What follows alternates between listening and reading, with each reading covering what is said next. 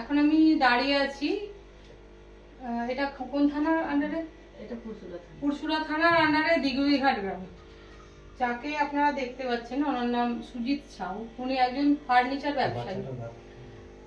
Sujit sir কাকুর ওয়াইফও আছেন আমাদের কাছে। আর আরেকজনকে যিনি দেখতে পাচ্ছেন, আপনি স্যারের দেখাশোনা করেন, তাই তো?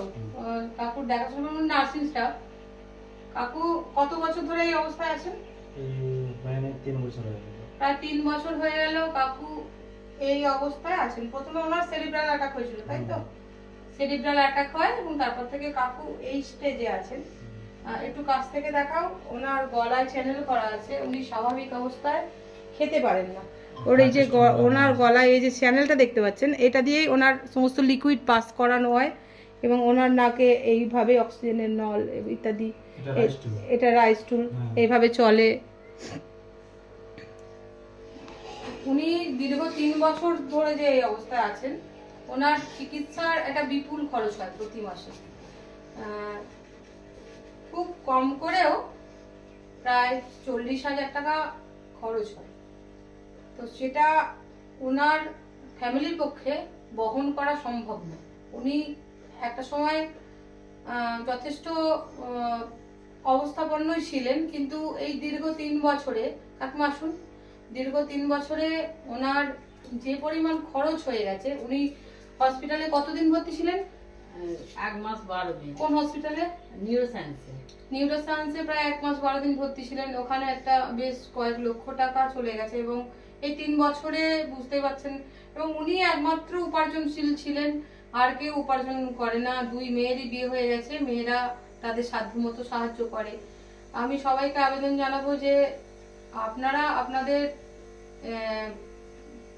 সাধ্যমতো সাহায্যের হাত বাড়িয়ে দিন এবং সরকারি যে সমস্ত আধিকারিকরা এই ভিডিওটা দেখবেন তাদের পক্ষে যদি সম্ভব হয়। উনি কি কোনো প্রতিবন্ধী ভাতা ইত্যাদি কিছু পান? না না না না পান না। বা সরকারি কোনো সাহায্য আপনারা কি কখনো আবেদন করেছেন?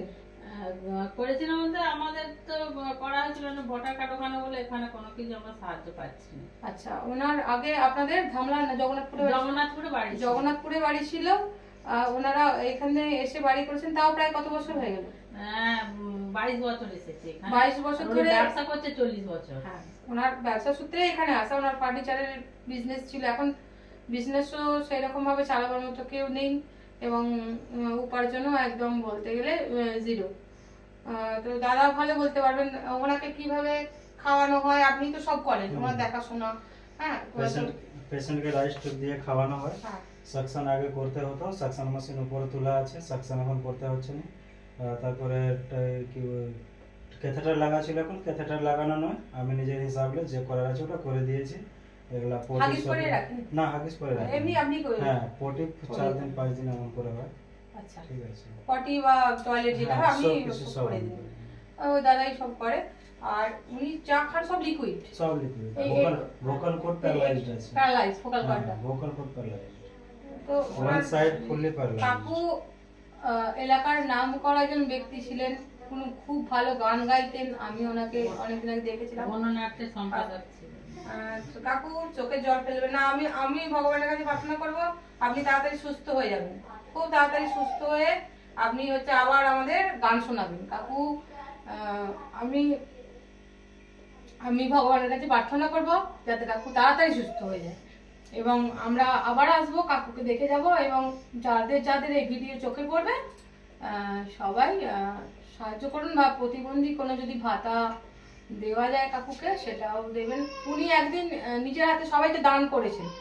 উনি নিজের হাতে সবাইকে দান করেছেন। আজকে ওনার জন্যই আমাকে সাহায্যের আবেদন করতে হচ্ছে।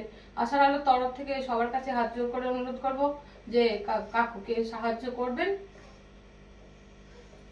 এবং কাকু সুস্থ হয়ে উঠবে আস্তে আস্তে।